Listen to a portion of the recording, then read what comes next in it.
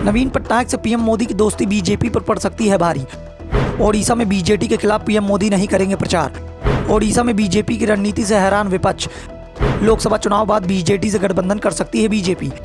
2024 के लोकसभा चुनाव पर बीजेपी ने अभी से ही तैयारी तेज कर दी है।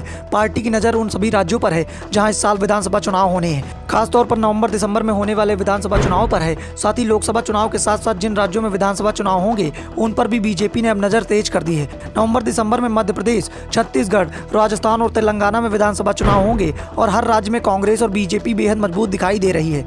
सिर्फ तेलंगाना में ही के चंद्रशेखर राव की पार्टी भारत राष्ट्र समिति मुकाबले में है। बाकी तीनों राज्यों में सीधा मुकाबला बीजेपी और कांग्रेस के बीच होता दिखाई दे रहा है। लेकिन बीजेपी की निगाह 2024 के लोकसभा चुनाव के साथ साथ आंध्र प्रदेश और ओडिशा में होने वाले विधानसभा चुनाव पर टिकी हुई है।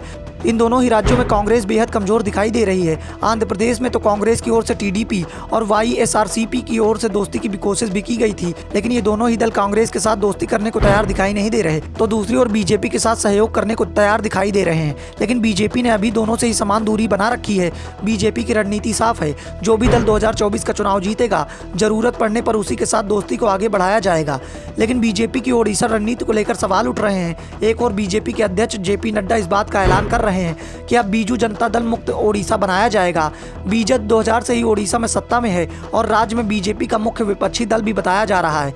दोनों के बीच कांटे की टक्कर का अनुमान लगाया जा रहा है। लेकिन पीएम मोदी ओडिशा के सीएम नवीन पटनायक के खिलाफ कभी भी बयान नहीं देते हैं। उल्टा जो भी मदद ओडिशा केंद्र से मांगता है उसे तुरंत ही उपलब्ध करा दी जाती है। तो नवीन पटनायक भी केंद्र की मदद के लिए हमेशा तैयार दिखाई पड़ते हैं। पीएम मोदी ने जब अश्विनी वैष्णव को कैबिनेट में शामिल किया था तो कई सवाल खड़े हो गए थे, क्योंकि वैष्णव ओडिशा से आते हैं और नवीन पटनायक के करीबी भी बताए जाते हैं। आईएएस अधिकारी के रूप में वैष्णव ने कई जिलों का जिम्मा भी संभाला है।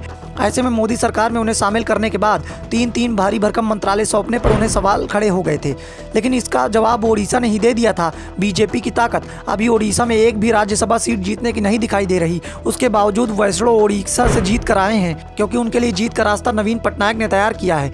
वैष्णव का कदम बीजेपी में तेजी से बढ़ चुका है, लेकिन ओडिशा से आने के बावजूद भी वैष्णव कभी भी नवीन पटनायक पर निशाना नहीं साधते हैं। पीएम मोदी ने ओडिशा के लिए केंद्र सरकार का खजाना खोल रखा है। ओडिशा सरकार ने केंद्र से 8,400 करोड़ रुपए की मदद मांगी थी, लेकिन मोदी सरकार ने 2023-24 के लिए 10,012 करोड़ रुपए की मदद कर दी।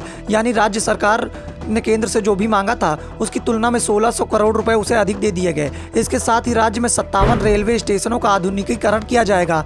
जाहिर है वैष्णव ओडिशा में भाजपा का चेहरा हो सकते हैं, जहां लोकसभा और विधानसभा चुनाव एक साथ होंगे।